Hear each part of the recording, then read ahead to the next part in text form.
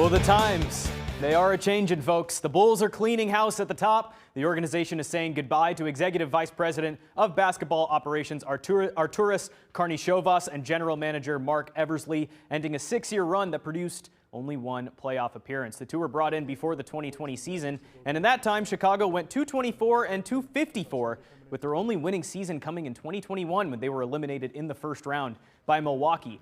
This season, the Bulls did start hot. They won 6 of their first 7 games for the first time since Michael Jordan was jumping through the rafters, but things did fall apart fast. Chicago went through 4 separate losing streaks of at least 5 games, and they now sit at 29 and 49, 12th in the East, missing the playoffs for the 4th straight year.